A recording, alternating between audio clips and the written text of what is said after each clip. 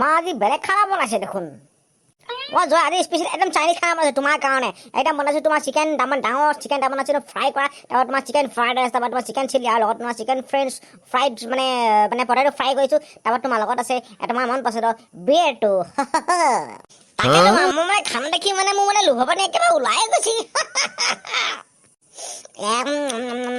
পিছে খোলখালি এইটো কি? কিন্তু আপোনাৰ কাৰণে একদম মানে গোটেই ডাঙৰ মুৰ্গীটো আপোনাক একদম গোটেই ফ্ৰাই কৰি বনাই আপোনাক খাবলৈ দিছো। পিছে খোলখালি মুৰ্গীটো লেগ পিচটো ক'ত? নহয় ভিনদেউ এই মুৰ্গীটো লেঙেৰা আছিল সেইকাৰণে মুৰ্গীটো লেগ পিচটো নাই আৰু। আৰে খোলখালি কলিজাখন নাই যে কেনে গ'ল? ভিনদেউ মুৰ্গীটোৰ লগত দেখা পাই কলিজাখন কিবা ভাগিয়ে গ'ল। য়েছ ইউ আৰ ৰাইট।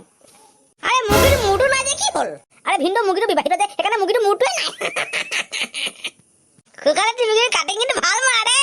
খোৱা জয় খোৱা লগত বিয়াৰ দিছি নহয়, এই বিয়াৰে মাংস একেলগে খাই দিয়া। অৰি আলু ফ্ৰাইখিনি খাবলৈ নাপাহৰিব দেই। আৰে ইমানটো খাই মোৰ হাগনি নহয়তো। কিন্তু আপুনি চিন্তা কৰিব নালাগে, এইবোৰ আমি ঘৰতে বনোৱা হয়। আপোনাৰ হাগনি কিন্তু হ'বই নোৱাৰে, অসম্ভৱ। মইতো মুৰ্গী লেগ পিচটো খাই বেছি ভাল পাওঁ, মুৰ্গীটো লেগ পিচটো নাই দেখোন। আৰে ভিনদেউ মুৰ্গীটো আপুনি উল্টাকৈ লৈ লওক না, তাত আপোনাৰ দুটাকে লেগ পিচ আছে। দুটা লেগ পিচ মজা লাগিব বিয়াৰ লগত খাই।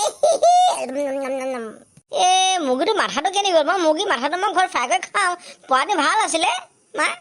আৰে ভিনদেউ আপুনি ইমান দেৰি পৰা আমাৰ মাথা খাই আছে, আপুনি আকৌ এতিয়া মুৰ্গীটো মাথা খাব লাগে, আপোনাৰ লাজ লগা নাই? আৰে খোলখালি লাজে লাজ নাই, আৰু মোৰনো কি হ'ল লাজ?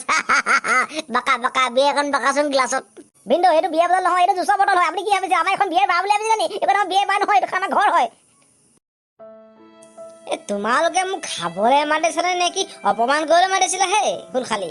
আৰে ভিনদেউ আপুনি সৰু কথা বুলি কিয়নো বেয়া পায়? আমি ভিনদেউৰ লগত ধেমালি কৰি কাৰ লগত ধেমালি কৰিম ন ভিনদেউ ডাৰ্লিং? ডাৰ্লিং কথা যে মই গোটেই খাই শেষ কৰি দিম দেই ডাৰ্লিং। ভিনদেউ আপুনি মোক যে ডাৰ্লিং বুলি ক'লে?